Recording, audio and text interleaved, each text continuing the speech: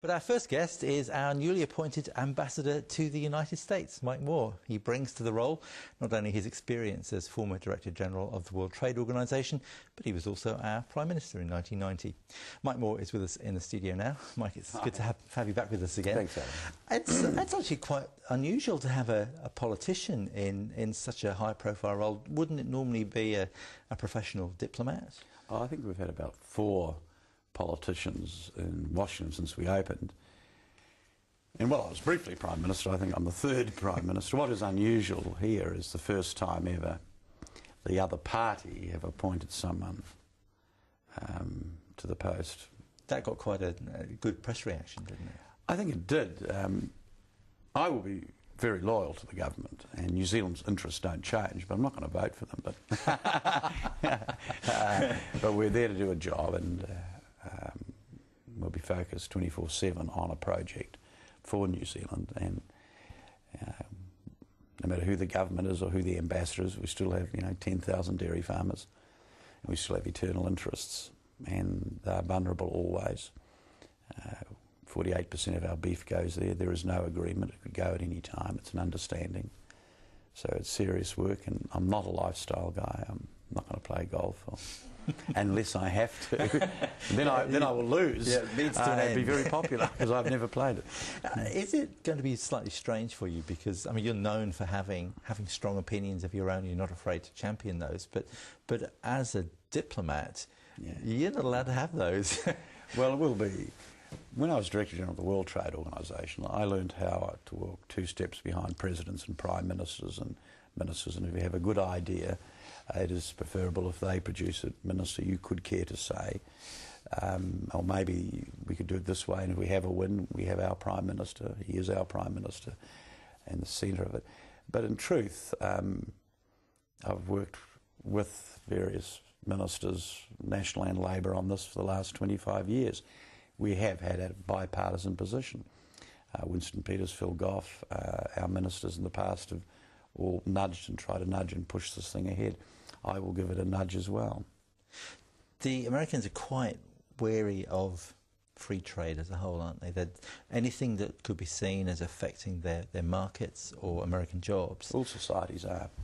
And you have defensive positions and you have aggressive positions.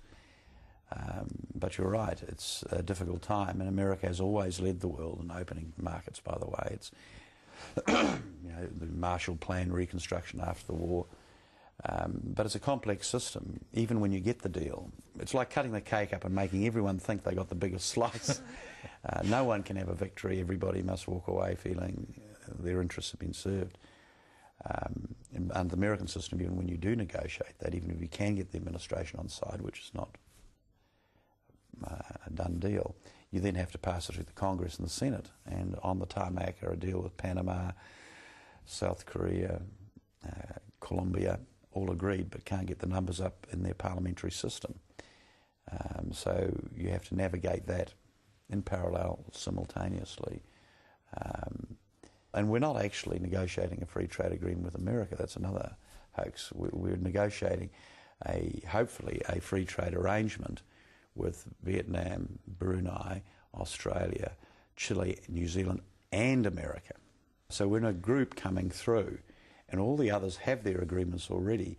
And for New Zealand, the problem's going to be the Aussies did a very light deal, no sugar at all.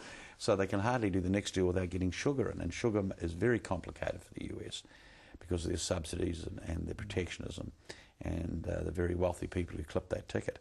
We bring to the party very big problems for American dairy farmers and sheep meat people. Can we navigate it? Is there on balance enough for all sides to say we can do it? And then can the Congress say this is in our interests, and it's across the aisle thing. I mean, in the past we've had more Republicans than Democrats. And I served alongside a lot of Republicans in the old days. And they were very good on these issues for us and for them. Do you get to deal with them directly, or is it all you talk to someone who talks to someone who talks to the politicians?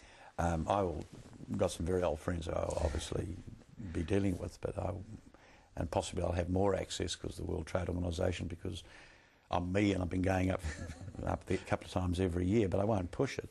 In the end, we have serious officials in New Zealand. Uncle Mike won't look over their shoulder too much. We have good ministers. We've always had good ministers, and I have confidence in Tim Grosser and Murray McCully and our Prime Minister. And for me, it's to arrange the dinner and hope people eat. I'm now the halfback. If I can just gently pass the ball back and say, Prime Minister, you might care too. But the New Zealand team, the New Zealand trade negotiators are good. We have to be. It's so much in our interests.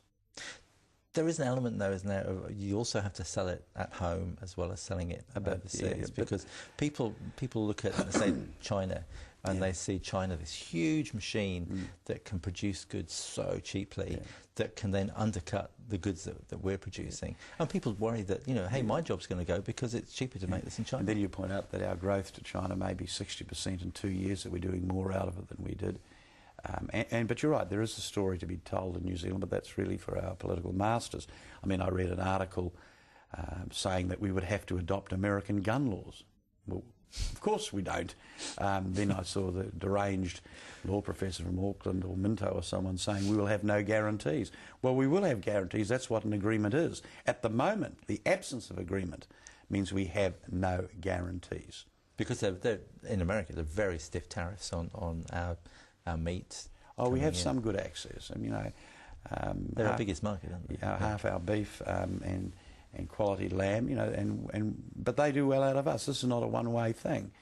What we're saying, if the price is right, the quality is right, you may care to buy it. Nobody's forcing you. But if we can get into the shops at a better price, at a better quality, surely we should have our share of the market. The same with them. If they can get some of their pharmaceuticals or their TV programs to New Zealand and we want to watch it and we want to buy it, we should. And we do. Do you think that the fact that you come from a very similar ideological position as Barack Obama, do you think that will help you, the fact that I do. You have lots in common? And also the trade unions in America are very strong on this. President Obama meets with their leadership every week. I was up there. Our trade union leaders were invited to meet with them. Our government was sensible enough to invite some of their trade unions leaders to New Zealand and Australia to talk about this. We're not saying to them, accept the New Zealand deal. We'll be saying, keep an open mind here. Don't reject it till we're just about finished. And you may care to look at our labour rights. You may care to look at our minimum wage, our environmental standards, these things that you're concerned about. Because I think at this level we have a higher safety net than you do in America. In fact, we're what you want to become. That's my song, and I shall be singing it on street corners. Our time's up. It is a tough ask, isn't it? Are there any doubts as you a lot of doubts. This wasn't a condition, but I tested the government with a couple of little ideas they may consider, and they listened. I don't want to be a trophy. I have a good life. I have to unwind myself from a lot of commercial things that are difficult, costly and interesting. They're generous enough to say that a charity I've set up, school aid and some of these things, I can do anyway, in my own time, in my own holidays, and I pay my own airfares. So the Prime Minister and Mr McCully and Mr Grosser have been good, and if it doesn't work, Her Majesty's government can say, thank you, Ambassador, goodbye, good night and goodbye, and I can say to them, thank you. I want to do a job. I want to see if we can nudge this deal and get it close. There is a chance. The chance is that, frankly, can I get it to that with our Australian and other friends? And Kim Beazley, Bomber Beazley, the previous Labor leader in Australia, good bloke, big fella, he is now the Australian ambassador, and there's another couple of ambassadors, so I think we can put down a good scrum. Well, we wish you all the best. Thank you so much for coming. Thank you.